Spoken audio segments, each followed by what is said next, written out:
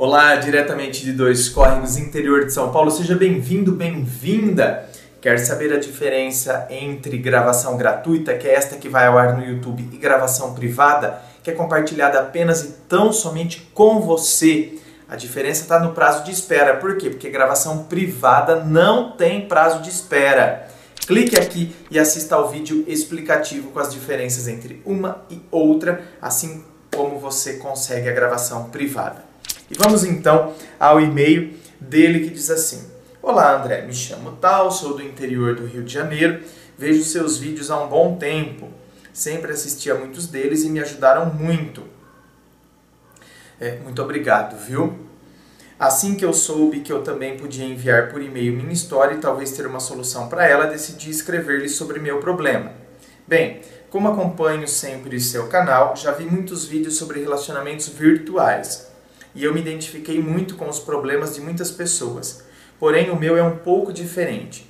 Em 2011, quando eu tinha 14 anos, eu jogava frequentemente um jogo de RPG online. Sempre fazia amizades lá e mantinha contato com muitas pessoas pelo MSN, quando ele ainda existia. Mesmo assim, nunca dei muita bola para as pessoas de lá. Exceto no mês de agosto desse mesmo ano, comecei a conversar com uma garota de lá pelo MSN. Nos demos muito bem e tínhamos muitas coisas em comum. Para minha surpresa, morávamos no mesmo estado e em cidades próximas. Nessa mesma época, eu estudava em uma escola em que me sentia muito deslocado. Não tinha amigos e os colegas que conversavam comigo, uma vez na vida e outra na morte, me deixavam falando sozinho. Que horror, né? Assim, senti que meu refúgio era a internet e meus contatos virtuais. Aqui, ó. Olha o que eu falo de relacionamento virtual, então tá aqui um caso concreto, que é mais fácil. A gente cria uma realidade que nos é conveniente. Para fugir, né, a gente não é uma realidade. A gente cria um mundo que nos é conveniente para fugir da realidade que nos atormenta. Então aquela realidade nos amedronta. Então a gente cria um mundo perfeito. A gente cria um mundo ilusório. É o mundo paralelo. É como aqueles desenhos, né? Isso aí acontecia muito em He-Man, She-Ra, que eles faziam lá e abria aquele campo, era um portal que você entrava e aí você entrava em outro mundo. Né? Você passava naquele portal, você chegava num outro mundo, numa outra esfera, enfim. Veja bem, é mais ou menos isso que a gente faz com o mundo virtual. A gente sai daquela realidade em que ninguém me dá atenção, me deixam falando sozinho, não estão interessados porque eu tenho para falar, e aí eu vou para um lugar onde eu crio a minha imagem, eu adequo a minha imagem àquilo que eu acho que as pessoas vão gostar, eu adequo o meu discurso, eu monto uma imagem sobre mim, então agora esse mundo aqui eu sou ouvido, as pessoas me querem bem, as pessoas estão aqui, elas se conectam a mim, elas ouvem o que eu tenho a dizer, então eu crio um mundo paralelo. Então, só que aí a gente não trabalha com o mundo real. Não tem problema você estar no mundo virtual, mas a gente tem que trabalhar com o real. Só que aí a gente foge dele. Aí a gente se refugia aqui. Então, né, quando a gente foge de algum lugar, a gente se refugia em outro. Então é necessário o enfrentamento da situação. Dias passaram e eu me acostumei a conversar com ela todos os dias. Ela gostava de conversar comigo e eu com ela. Eu senti que apesar de não nos vermos pessoalmente, ela se importava comigo. Olha aí, tá vendo?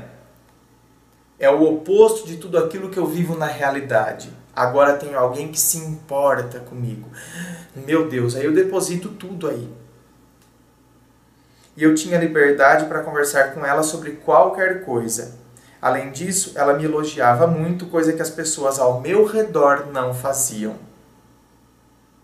Eu tinha a necessidade de me comunicar com ela para me manter para cima. Olha lá. Aí eu crio uma dependência emocional de uma realidade virtual. Bem, o tempo passou e em 2012 eu entrei para uma nova escola. Lá fiz muitos amigos e meu humor melhorou bastante, bem como minha vida social, mas eu nunca deixei de conversar com ela. Nesse mesmo ano, ela mudou para uma cidade bem mais perto de mim, uma cidade vizinha à minha. Foi aí que ela começou a fazer várias propostas para nos encontrarmos, como irmos a shows ou de eu ir na cidade dela, que é uma cidade turística de belas praias. Eu morria de vontade de ir e tinha sim oportunidades em ir. O problema que me atrapalhou foi a minha aparência. Eu odeio minha aparência por ter sofrido bullying na escola muitos anos devido ao fato de eu ser gordo. Para você ter ideia, a essa altura eu ainda nunca tinha mostrado minha foto para ela. Aí, gente, tá vendo?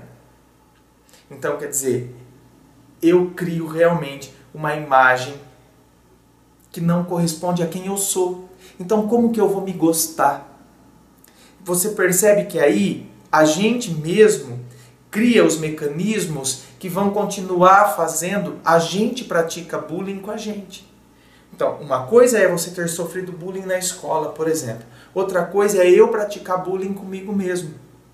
Por quê? Porque aí eu não consigo me olhar como de fato eu sou. Porque aí eu me torno vítima do que fizeram comigo. Eu não estou falando que é gostoso sofrer bullying. É péssimo. É horroroso. É horrível. Porém, né, aquilo que fizeram com a gente também continua reproduzindo. A gente se transforma naquilo. Não, eu não sou isso. Eu sou muito mais que isso. Infelizes são as pessoas que me classificaram e me rotularam a partir, né, do externo. Porém, eu sei quem eu sou. É aí que a gente dá um avanço. E é esse avanço que é tão difícil, por vezes, de fazer. Mas a gente só vai conseguir fazer isso quando a gente mergulha dentro da gente mesmo, quando a gente se percebe. E aí, então, a gente se resgata. Os outros olharam a partir da casca. Eu não vou me olhar a partir disso. Ou eu não vou ter o mesmo olhar que eles têm. Eles são superficiais. Eu não serei. Eu me enxergarei na minha profundidade. Continuei conversando com ela constantemente, contando tudo sobre minha vida, e no ano de 2014 eu criei coragem de mostrar minha foto a ela. Tirei uma foto de rosto e, para minha surpresa, ela disse que me achou muito bonito. Mas isso é o de menos. Quero ressaltar o que aconteceu na minha vida nesse ano. Meu melhor amigo saiu da escola e eu passei a andar sozinho. O grupinho do ano de 2012 e 2013 se desfez. Eu novamente vim a ser um deslocado e solitário na escola. Meu único refúgio foi, como sempre, conversar com ela. Isso se tornou praticamente uma doença nesse ano. Como ela é muito ocupada com trabalho e estudos, ela me respondia sempre no mesmo horário. Eu ficava de olho no celular esperando ansioso para a resposta dela. Até coloquei um toque especial para saber que era ela. Para minha infelicidade, ela começou a me responder menos.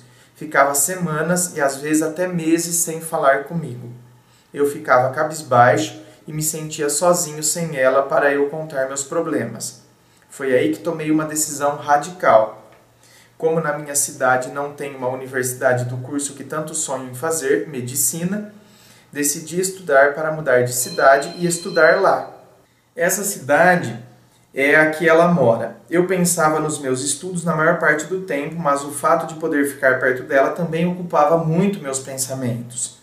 Quando fui prestar o vestibular e percebi que tinha fracassado, deitar na cama e chorar foi minha única reação. Eu não só pensava que perdi um ano da minha vida, mas também pensei que ia perder a oportunidade de ir para perto dela. Aí que descobri que no final desse ano ela estava namorando. Foi assim que nós perdemos contato de vez e eu nunca mais a procurei. Ela tinha meu Facebook, meu número de celular e meu e-mail. Eu a bloqueei de todas as redes sociais. Com isso eu consegui tirar ela da minha cabeça por um tempo. Mas como depois havia batido uma saudade, eu a desbloqueei com o intuito dela me procurar novamente. Comecei a visitar seu perfil e ver fotos dela e do namorado. Isso me entristeceu muito. A conclusão que eu tirei foi que as expectativas criadas por mim mesmo me fizeram agir de forma errada. Olha lá, as expectativas criadas por mim mesmo. Tá vendo? Pelo menos você tem consciência disso. Ela morava perto, me dava toda a atenção do mundo e me apoiava sempre, mesmo longe. Eu criei a imagem de uma pessoa perfeita que não existe. Agora estou encarando as consequências. Errei e reconheço o meu erro. Às vezes sinto que eu mesmo alimento a ilusão de ainda vê-la um dia e tocá-la. Então está na hora de quebrar com essa ilusão. Então, eu mesmo alimento a ilusão de um dia ainda vê-la. São os fantasmas que teimam, né, a ficar aqui nos rondando e eles sugam a nossa energia. Não, não, não. Nós vivemos uma relação virtual, eu me apoiei muito porque foi um refúgio, por causa da realidade que eu vivi, então eu projetei tudo nela, ela foi tudo aquilo que eu preciso ser para mim mesmo. Para que eu esteja no centro da minha vida, para que eu me goste. Eu não posso me refugiar em alguém. Eu preciso, em primeiro lugar, me encontrar comigo mesmo e pisar na realidade como ela de fato é, por mais dolorosa que ela seja, e que eu não me transforme naquilo que os outros estão dizendo sobre mim. Então, uma coisa é eu ouvir o que as pessoas têm a dizer, outra coisa é eu me transformar naquilo que elas estão dizendo sobre mim.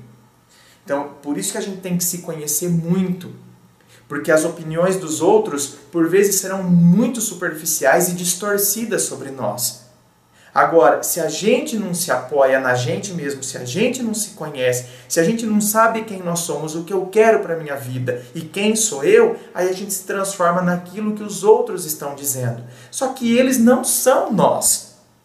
Então eles vão ter uma visão totalmente errada, superficial, preconceituosa, né? Vão nos pré-julgar. Por isso que a gente tem que se apoiar em quem de fato nós somos. É só isso mesmo, um contato virtual prejudicou minha vida real, tá vendo? Mas não só. A forma como você se via fez com que você entrasse nesse mundo e aí esse mundo ganhou uma conotação totalmente, não é, absoluta, ele foi absoluto na sua vida. Ganhou uma conotação totalizante, quando na verdade a realidade virtual no nosso dia a dia, ela tem que ser parcial, ela é um aspecto. O que importa mesmo é minha vida real e concreta. E ainda não consigo tirar ela completamente da minha cabeça. E aí termina o e-mail. Por que você não consegue tirar completamente? Porque ainda representa aquela realidade que é muito conveniente. Aquela realidade em que eu sou verdadeiramente aceito. Porém, você não se aceitou ainda. Então, por isso que constantemente vem aquele mundo em que, sabe, aquele mundo onde eu posso voar. A Neverland é a terra do nunca de Peter Pan. Então você concorda que, né, uma pessoa em Neverland, ela, meu Deus do céu, uma pessoa que aqui, por exemplo, isso acontecia em Avatar, né? No filme Avatar, o cara ele era paralítico, ele era paraplégico, né? E o que acontecia? Lá, quando ele assumia o avatar, ele corria, ele pulava, ele ficou fascinado com aquele mundo. Quando ele ia para aquela realidade, você está vendo o que é isso? Então, às vezes, a gente se sente mancando, a gente se sente deficiente na realidade. E quando a gente vai para aquele mundo, lá é tudo perfeito. E eu faço tudo que aqui eu não posso fazer. Então, por isso que ainda a sua cabeça conecta nessa realidade ainda. Né? Eu vou para aquele mundo ainda. Por isso que você ainda pensa nela. Por isso que agora está na hora de eu pensar em mim, de eu me perceber. Aí eu começo a quebrar. Não é desprezar a realidade virtual, porque ela está aí. Mas é ver a realidade virtual dentro da sua medida certa. Então, não tornar a realidade virtual um refúgio do qual me faz eu fugir, na verdade, de quem eu sou. Porque aí vai ser prejudicial. Ok? Inscreva-se. Fico aqui aguardando a sua inscrição. Me acompanhe nas redes sociais, Instagram, Facebook. Aguardo você lá. Muito obrigado, beijo no coração e, é claro, um forte abraço.